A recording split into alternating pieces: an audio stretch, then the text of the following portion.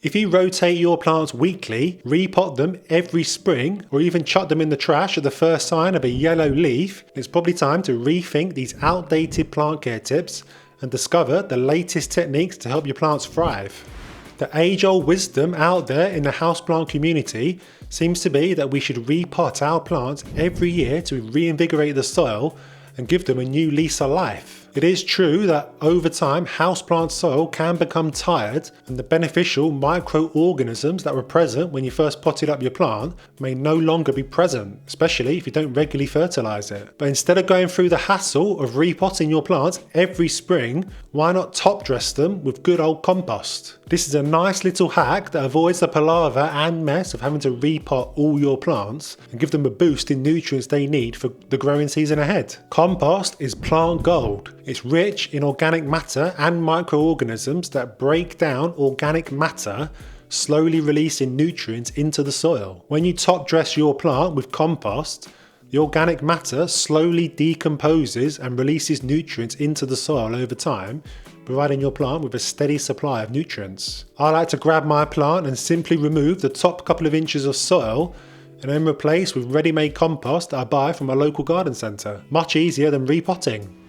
One of the biggest myths raging in the houseplant community is that keeping your plant in pots without drainage holes will inevitably mean the death of it. Here's my hot take. It's entirely possible to have your plant in a pot without drainage holes and for it to thrive. I do this with lots of my plants and they're just fine. Before you call me a hypocrite, I do know that I often advise to keep your plants in plastic pots with drainage holes in my videos, but I also never say that keeping them in porcelain pots will kill them. If you're a beginner plant parent just starting out on your indoor jungle journey, then it might be better to keep them in plastic nursery pots so that you reduce the risk of it sitting in pooling water. This risks root rot and will mean the downfall of your plant. But don't be put off if you just want to keep it in a pretty porcelain pot. Sometimes plants just look nicer when potted up straight into porcelain pots. All we need to do is not water it too much. Sounds simple, I know, but the best way to avoid giving it too much water is to get yourself a moisture meter. Never water your plant without first sticking your moisture meter right into the bottom of the pot. If it reads dry, then give it a good drink.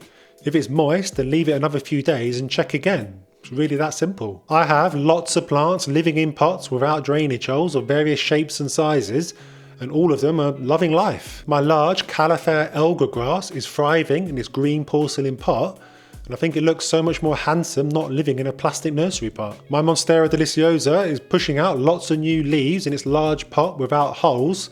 There's no sign of overwatering issues. Even my smaller plants like my Monstera adansonii or my Caliphair macayana are doing just fine in their decorative pots. So don't be put off by this outdated care tip. Rules are there to be broken after all.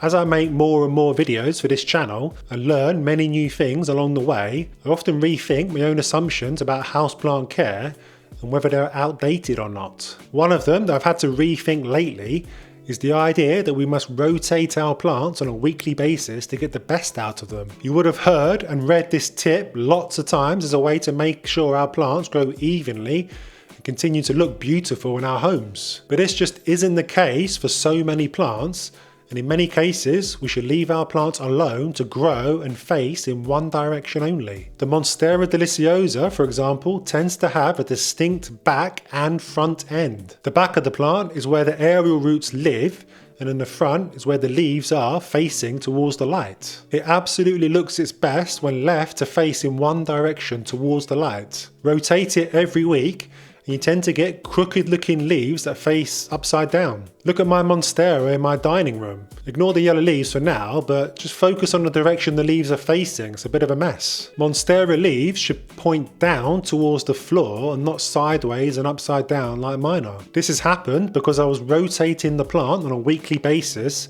until I realised the error of my ways. The leaves would turn to face the light, but the petioles wouldn't, creating this awkward look that you can see. Contrast this with my Monstera in my bedroom that I've more or less left in this spot from day one, and all the leaves face in one direction, and it looks like it belongs in that space. This approach to plant decor tends to work best for vining plants like Monstera, Pothos or Philodendron, especially if you have them growing up a stake or a moss pole. Just look at Sydney Plant Guy's Aroid collection. They look stunning, And one of the reasons for this is because all the leaves face in one direction and are not twisting and turning from all the rotation. It gives them a much more appealing look. I started leaving my climbing plants alone to face the light in one direction, including one of my Monstera adansonii that is looking pretty good with all the leaves facing one way.